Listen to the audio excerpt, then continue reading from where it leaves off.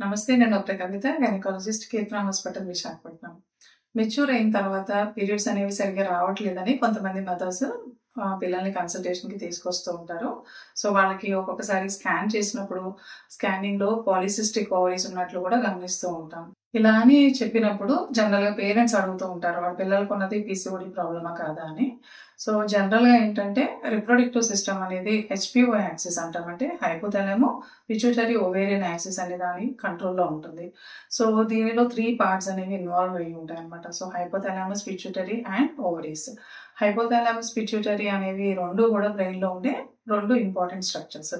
So, జనరల్‌గా ఏమవుతుందంటే hypothalamus నుండి డిఫరెంట్ టైప్స్ ఆఫ్ హార్మోన్స్ అనేవి రిలీజ్ అవుతూ ఉంటాయి. సో, వాటిలో ఒక ఇంపార్టెంట్ హార్మోనే గొనాడోట్రోపిన్ రిలీజింగ్ హార్మోన్. సో, ఈ హార్మోన్ అనేది పిట్యూటరీ మీద యాక్ట్ చేస్తుంది. సో, పిట్యూటరీ నుండి ఎఫ్ఎస్హెచ్ అని, ఎల్హెచ్ అని మరొక 2 రకాల హార్మోన్స్ అనేవి రిలీజ్ అవుతాయి.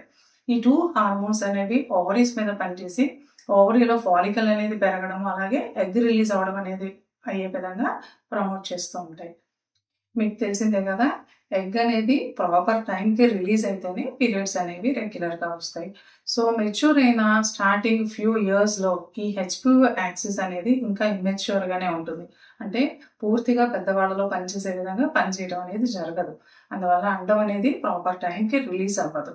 సో, అలా రిలీజ్ అవ్వకపోవడం వలన పీరియడ్స్ అనేవి రెగ్యులర్‌గా వస్తుంటాయి.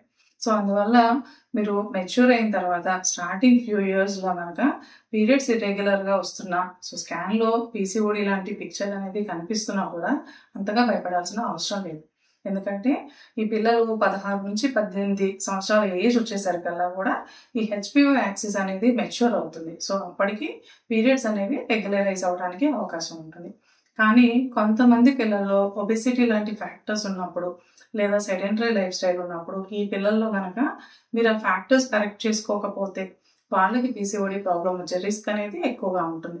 అందువల్ల తప్పనిసరిగా మెచ్యూర్ అయిన తర్వాత పీరియడ్స్ కనుక ఇర్రెగ్యులర్‌గా వస్తున్నట్లయితే మీరు మీ పిల్లల్ని తప్పనిసరిగా ఏదైనా ఫిజికల్ యాక్టివిటీలో ఎంగేజ్ అయ్యేలాగా చేసుకోవాలి. అంటే ఏదైనా స్పోర్ట్స్ కానీ, డాన్స్ కానివ్వండి, లేదా రెగ్యులర్‌గా ఎక్సర్సైజ్ లాంటివి ఎంగేజ్ చేసేలాగా చూసుకోండి.